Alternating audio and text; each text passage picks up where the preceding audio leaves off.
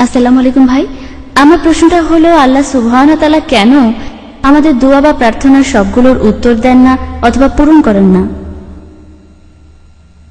বোন, আপনি প্রশ্ন করলেন যে আমাদের সব দোয়া সেগুলো কেন আল্লাহ সুবহানাহু ওয়া তাআলা পূরণ করেন না। এই প্রশ্নটার উত্তর পবিত্র কোরআনে দেওয়া আছে। সূরা বাকারার 216 নম্বর আয়াতে উল্লেখ করা হয়েছে, বলা হয়েছে এটা হতে পারে তোমরা যেটা অপছন্দ করো সেটা তোমাদের জন্য কল্যাণকর, আর যেটা পছন্দ করা সেটা অকল্যাণকর। আল্লাহ সবকিছু জানেন আর তোমরা জানো না। আল্লাহ পবিত্র কোরআনে বলছেন এটা সম্ভব, তোমরা যেটা অপছন্দ করো সেটাই কল্যাণকর, আর যেটা পছন্দ করো সেটা অকল্যাণকর। যেমন ধরুন, একজন খুবই ধার্মিক লোক, সে আল্লাহ সুবহানাহু ওয়া তাআলার কাছে দোয়া করলো যে আমাকে একটা মোটরসাইকেল দাও আল্লাহ, তাতে আমার যাতায়াত সুবিধা হবে, আর আল্লাহ সেই দোয়া কবুল করলেন না।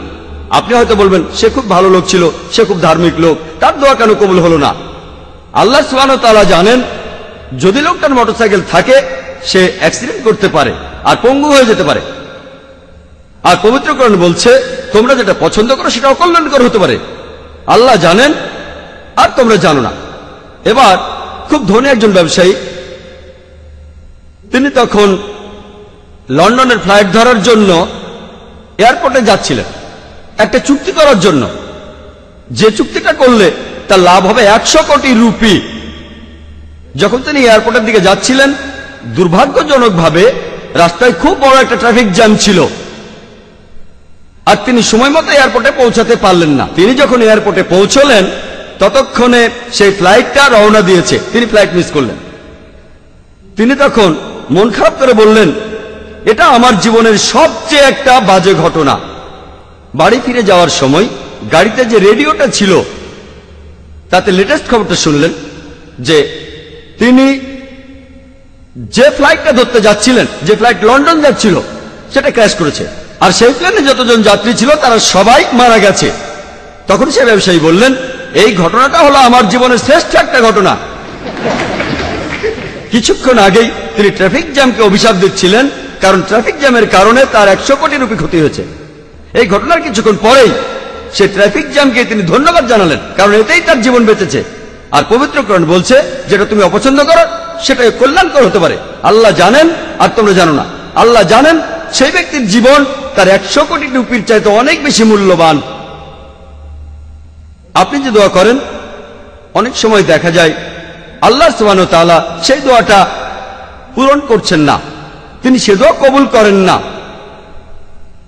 আর পবিত্র কোরআনে বলা হয়েছে, সূরা শুরার 27 নম্বর আয়াতে উল্লেখ করা হয়েছে যে আল্লাহ তাআলা তার সকল বান্দাকে, যদি আল্লাহ তার সকল বান্দাকে জীবনের উপকরণে প্রাচুর্য দিতেন তাহলে তারা অবশ্যই পৃথিবীতে বিপর্যয় সৃষ্টি করত, কিন্তু আল্লাহ তার ইচ্ছেমতো পরিমাণেই নাজিল করেন এবং তিনি জানেন তিনি কি দিয়েছেন।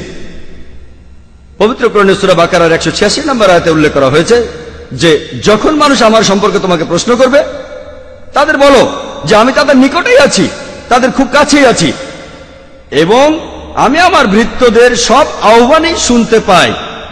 পবিত্র কোরআনে সূরা গাফিরের 60 নম্বর আয়াতে উল্লেখ আছে তোমাদের প্রতিপালক বলেন আমাকে ডাকো, আমি তোমাদের সাড়া দেব। পবিত্র কোরআনে আছে যে আল্লাহ বলছেন আমাকে ডাকো, আমি তোমাদের ডাকে সাড়া দেব। মানুষ ভাবতে পারে এই আয়াতটার কথা পূরণ হবে না যদি প্রার্থনার উত্তর না দেওয়া হয়।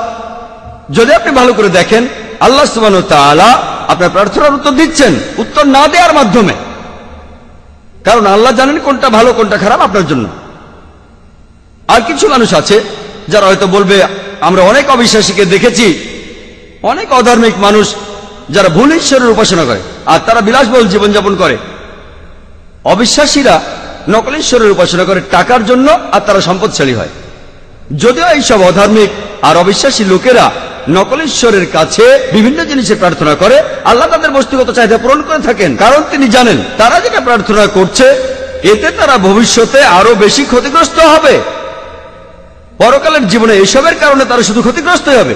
সত্যিকারের বিশ্বাসীদের ক্ষেত্রে এটা ব্যাপারই না যে সে ধনী না গরিব, আর এখন তার সুসময় না দুঃসময়, আর তারপরও আল্লাহ সুবহানাহু ওয়া তাআলাকে বিশ্বাস করে। পবিত্র কোরআনে সূরা নূরের 37 নম্বর আয়াতে উল্লেখ করা হয়েছে যে সেই সব লোক যারা ব্যবসা বাণিজ্য এবং ক্রয় বিক্রয় করেও আল্লাহ সুবহানাহু ওয়া তাআলাকে স্মরণ করা, যাকাত প্রদান করা ও সালাত আদায় থেকে বিরত থাকে না।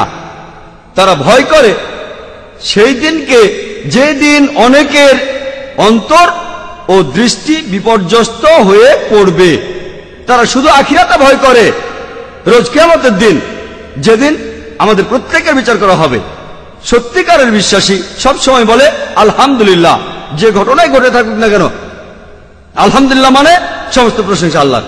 এমনকি যদি তার ক্ষতিও হয় সে বলবে আলহামদুলিল্লাহ, কারণ সে আল্লাহকে বিশ্বাস করে। আর আল্লাহ তাআলা যখন সেই ব্যক্তির ক্ষতিটা হতে দিলেন, এতে করে ভবিষ্যতে তার জন্য আসলে উপকারী হবে। এক কথায় সত্যিকারের বিশ্বাসী সে এমনটা বিশ্বাস করে যা কিছু হয়েছে ভালোর জন্যই হয়েছে। আশা করি উত্তরটা পেয়েছেন।